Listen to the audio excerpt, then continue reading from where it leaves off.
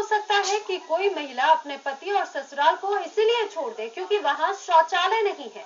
सवाल आपको चौंका सकता है, लेकिन ऐसा ही एक मामला सामने आया है बागली में, जहां घर में शौचालय का ना होना पति पत्नी के बीच तकरार का सबब बन गया।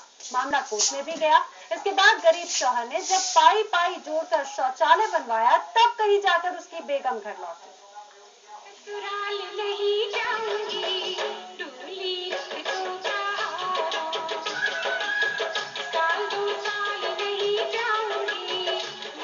शादी के हास परिहास के बीच ये गाना जरूर गुदगुदाता है, लेकिन असल जिंदगी में जब पत्नी ऐसी ही जिद पर अड़ जाए तो सोचिए पति का क्या हाल होगा।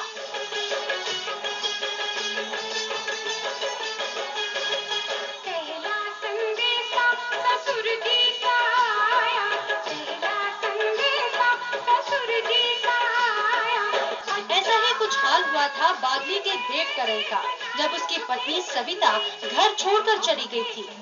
और वजह भी कुछ ऐसी थी जिसे सुनकर लोग ही नहीं, खुद देवकरण ही चौंक गया था। दरअसल देवकरण के घर पर शौचालय नहीं है। कुछ साल तक तो सविता शौचालय बनाने की जिद करती रही, लेकिन देवकरण ने गंभीरता से नहीं लिया।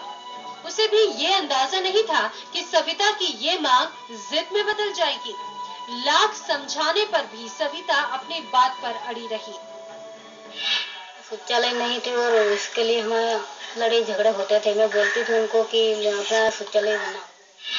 मामला इतना बड़ा कि अदालत तक पहुंच गया, तो अदालत ने भी सविता का पक्ष लेते हुए शौचालय निर्माण का आदेश दे दिया।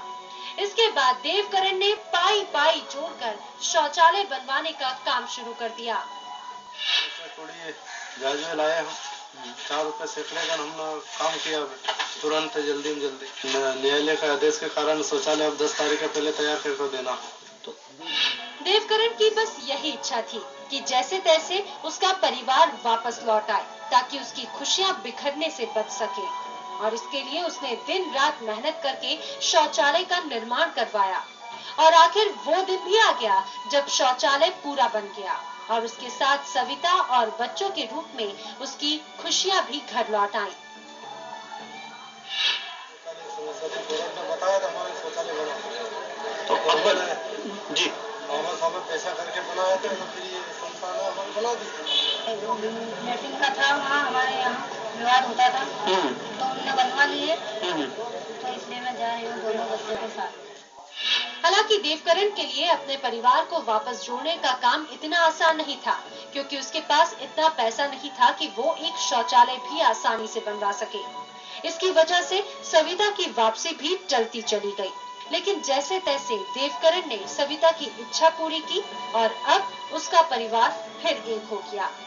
नंगे पाँव में दौड़ी चली जाऊंगी, रूही को गोली मारो। परिवार से मिलने के बाद अब देवकरण काफी खुश है और सविता भी, क्योंकि उसके पति ने उसकी ख्वाहिश जो पूरी कर दी। और अब पूरा परिवार एक है और बेहद खुश। गगन शिवहरे के साथ bureau report, Bansal news, Bagli.